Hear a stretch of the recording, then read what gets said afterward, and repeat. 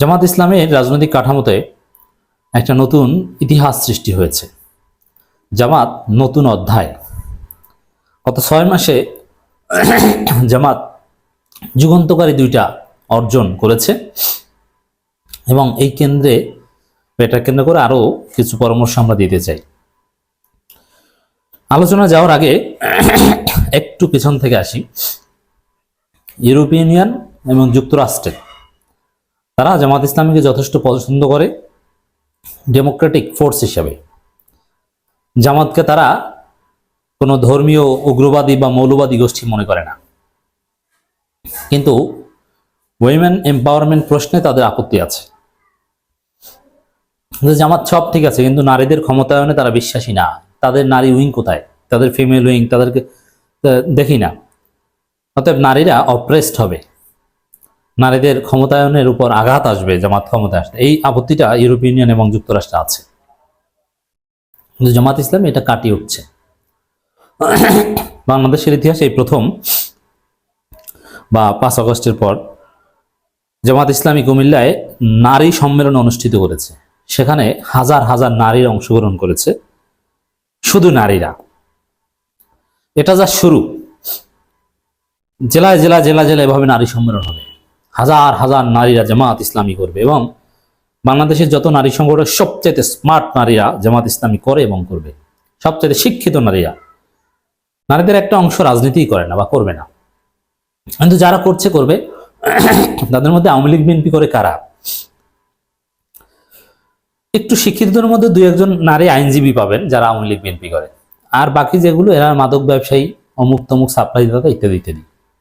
দেখেন ওই পাপিয়া গ্রেপ্তার হয়েছিল, আওয়ামী লীগের পাপিয়া। আমি এবার বিএনপির পাপিয়ার কথা বলছি না, বিএনপির পাপিয়া আইনজীবী।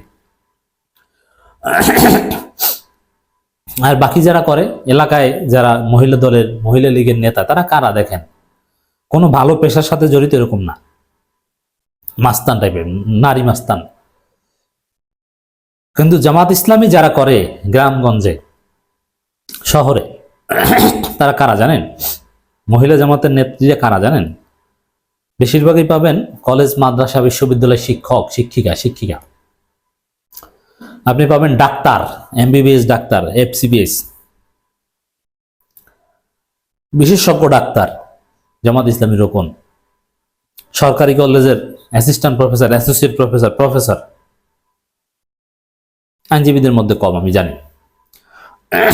শিক্ষকদের মধ্যে, ডাক্তারদের মধ্যে প্রচুর। তো নারী সংগঠনের দিক থেকে বাংলাদেশ সবচেয়ে এলিট নারী দল হচ্ছে বাংলাদেশ জামাত ইসলামের নারী উইং। তারা সমাবেশ করবে, কত সুন্দর দৃশ্য। সবাই পর্দা করে সমাবেশে আসছে, কোনো ফেতনা নাই, ফাসাদ নাই, কোনো বিশৃঙ্খলা নাই। কিছু ছবি পেছন থেকে সামনে এসেছে, কারো চেহারা, এত বড় একটা নারী সমাবেশ, হাজার হাজার নারী এসেছে, কিন্তু কারো চেহারা কেউ দেখলো না। শতভাগ পর্দা মেনটেন করে জামাত একটা নতুন ইতিহাস সৃষ্টি করে দেখালো যে না, শতভাগ পর্দা মেনটেন করে নারী সমাবেশ করা সম্ভব। তো নারী সমাবেশ আরেকটা অর্জন, 2টা যুগান্তকারী অর্জনের। জামাত ইসলামের প্রত্যেকটা কর্মী সম্মেলনে হিন্দুরা উপস্থিত হয়, বক্তব্য দেয়। এটা জামাতের একটা নতুন ডাইমেনশন। এই জন্য আমরা দেখতে চাই আগামী দিনে জামাত ইসলামের নমিনেশন বোর্ডে নমিনেশন যারা পাবে সংসদ সদস্য, তাদের মধ্যে সংরক্ষিত নারী আসনে তো এমনিতেই মহিলারা এমপি হবে। ডাক্তার শফিকুর রহমানের ওয়াইফও একজন সাবেক সংরক্ষিত নারী আসন এমপি। কিন্তু শুধু এটা না, প্রতিযোগিতা করতে আমরা দেখতে চাই যে জামাতের নারী নেত্রীরা বিভিন্ন এলাকায় আলাদাভাবে পুরুষের বিপরীতে তারা নমিনেশন পাবে। তাহলে নারীদের মধ্যে বিপ্লব সাধিত হবে। আপনি সংরক্ষিত আসনে এমপি বানাতে বলে প্রতিযোগিতা করতে দিলে অসুবিধা কি? মহিলা মেম্বার, সংরক্ষিত নারী কাউন্সিলর, এইসব পদে ঠিকই জামাতের মহিলা রোকনরা নির্বাচন করে, কিন্তু এমপি পদে দিতে সমস্যা কি? কোনো অসুবিধা নেই। এবং হিন্দুদের নমিনেশন দিতে হবে। 15% হিন্দু আপনাকে এমনি এমনি ভোট দিবে না। তাদেরকে আপনি অনেক উপকার করেন, তারা আপনাকে ভালো জানে, কিন্তু ভোট এর উপর ভিত্তি করে হয় না। তাকে পোস্ট পজিশন দিতে হবে, তাকে নমিনেশন দিতে হবে, তাকে এমপি বানাতে হবে। এককভাবে ক্ষমতা আসতে পারলে তাদেরকে মন্ত্রীও বানাতে হবে। এই দুইটা কাজ জামাত করবে বলে আমরা বিশ্বাস করতে চাই।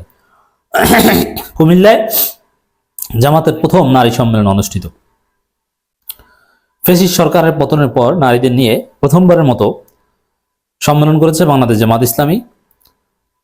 শনিবার 22 ফেব্রুয়ারি সকালে কুমিল্লা 14 গ্রাম এই যে সরকারি মডেল উচ্চ বিদ্যালয় মাঠে এই সম্মেলন অনুষ্ঠিত হয়।